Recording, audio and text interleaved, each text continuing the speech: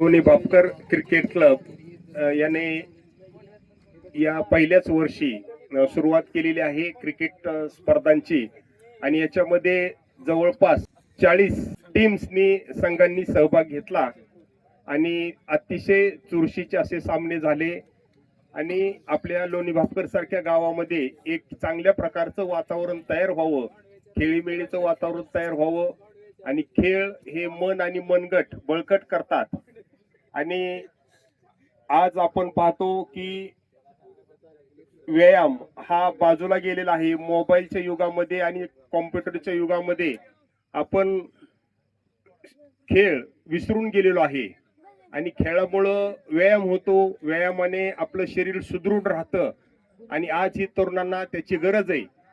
मला या प्रसंगी सांगायचंय की तरुणांनी निर्व्यसनी राहावं, कुठल्याही प्रकारचं व्यसन करू नये. उलट अर्थी खूप व्यायाम करा, चांगलं खेळा, सुदृढ राहा, भरपूर शिका आणि स्वतःचं चांगलं करिअर करा.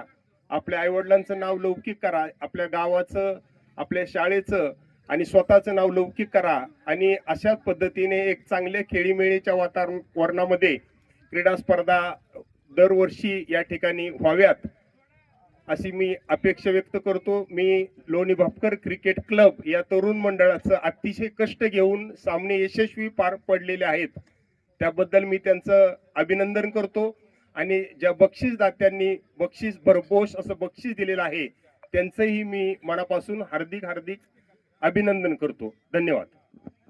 आजच्या या झालेल्या सामन्यात प्रथम विजेते तुम्ही ठरलात, तर काय भावना आहेत, कशा पद्धतीने सामना खेळला?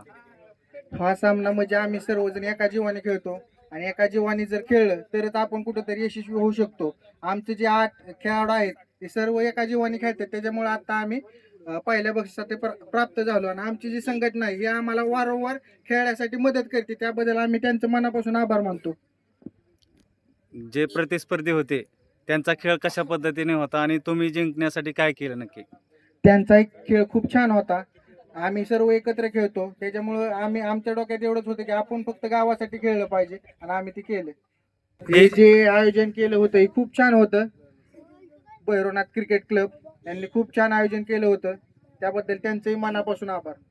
लोणी भापकर क्रिकेट क्लब या आयोजकांचं मी बोलदार संघटनेच्या वतीने हार्दिक असं अभिनंदन करतो की त्यांनी अतिशय असं म्हणजे चांगल्या पद्धतीने क्रिकेटचं सामनं भरवलं आणि खेळीमेळीच्या वातावरणात अतिशय चांगल्या पद्धतीने ही क्रिकेटचे सामने पार पाडले आणि हा विजय हा बोलदार संघटनेच्या क्रिकेट क्लबने अतिशय छान नाही का पद्धतीने जिंकलेला आहे आणि मी त्या टीमचे बोलदार संघटनेच्या वतीने हार्दिक असं अभिनंदन करतो आणि पुढील वाटचालीस त्यांना शुभेच्छा देतो.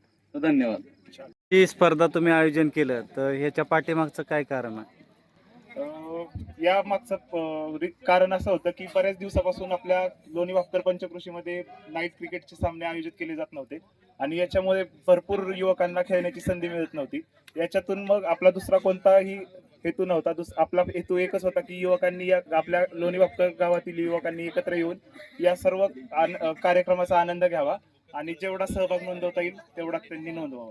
किती संघाने सहभाग घेतला आणि कशा पद्धतीने संघ खेळले?